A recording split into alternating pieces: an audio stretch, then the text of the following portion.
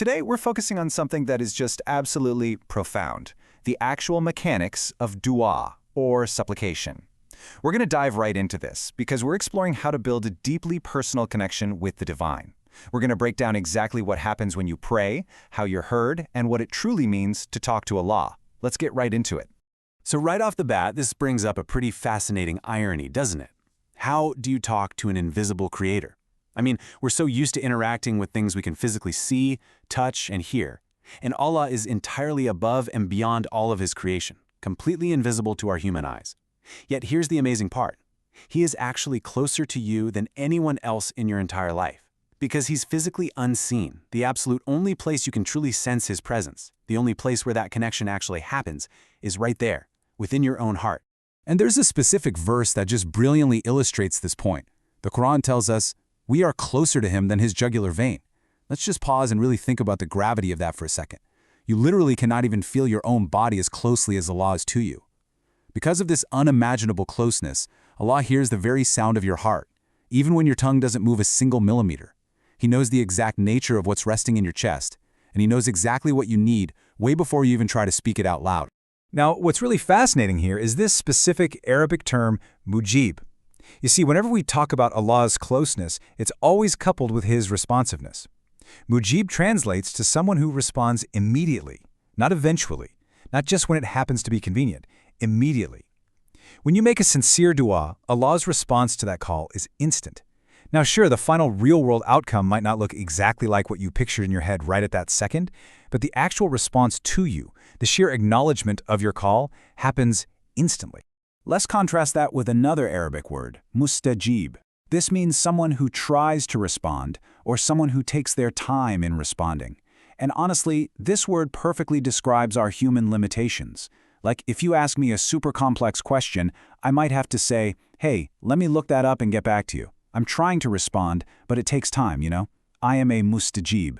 But Allah's name is not Mustajib, He is Mujib. There is absolutely zero delay. Let's ground this in a really relatable example. If we compare our human family to the Creator, we see a massive difference. Imagine you get into an argument with your dad, and later you send him a text saying you need some help. You watch that text switch to read, but crickets. There's no reply for 4 hours. Because he's human, and hey, maybe he's still a little mad. He intentionally leaves you on read.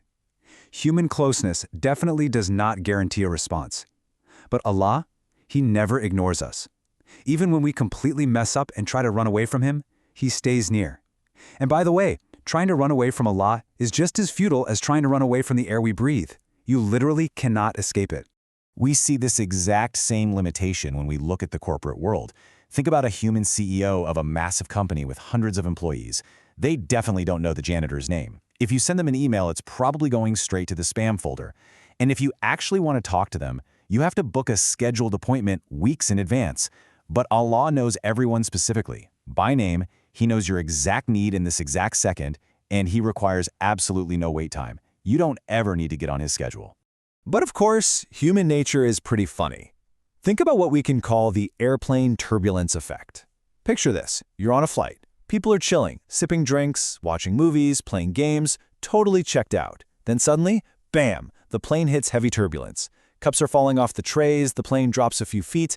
In that exact fraction of a second, everybody suddenly becomes incredibly sincere in their prayers.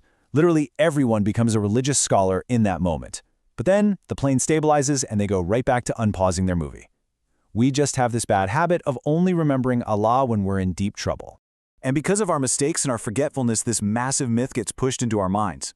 So it is absolutely crucial to understand the actual qualifications for dua. Shaitan is going to try to tell you that you need to be this flawless, perfect person with a high-speed spiritual Wi-Fi connection just to pray. You might sit there thinking, man, I just made a huge mistake. I can't pray right now. The call is definitely not going to go through. That is entirely false. As the source material makes incredibly clear, the only actual condition is to sincerely call upon Him. Even if you've been totally lost in the darkness for years and you turn to Him just once, with sincerity, He is Mujib. He responds immediately. Okay, let's shift gears for a second and look at the deep emotion behind this responsiveness. Imagine a mother at an airport tightly hugging her soldier son as he deploys for war. When she goes home and talks to her friends, does she say, well, if my son comes back, I'll bake his favorite cake? No way, because her love is so unbelievably deep, she says, when my son comes back.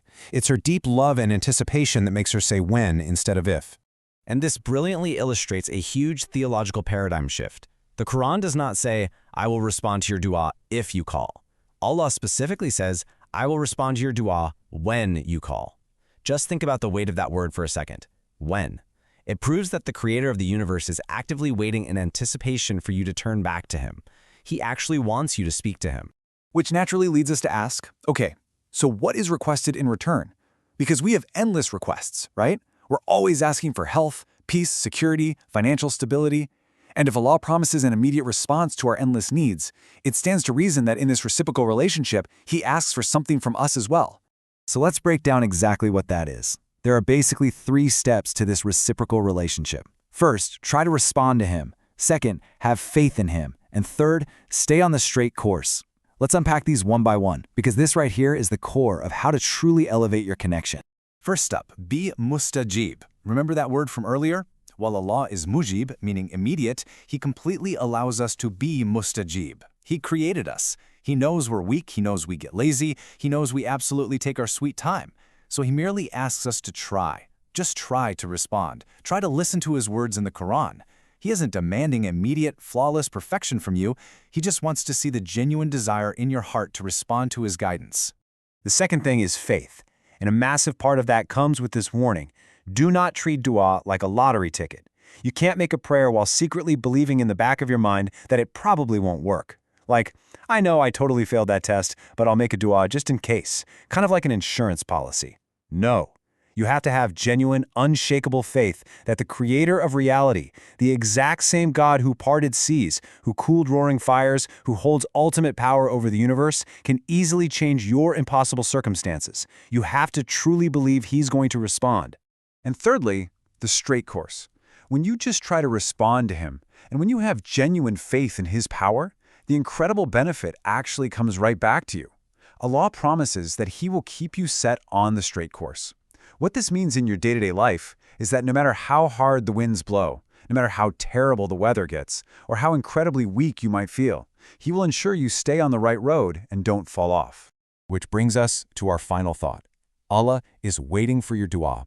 Are you ready to respond? He is already closer to you than your jugular vein. He already knows exactly what is sitting in your heart right now.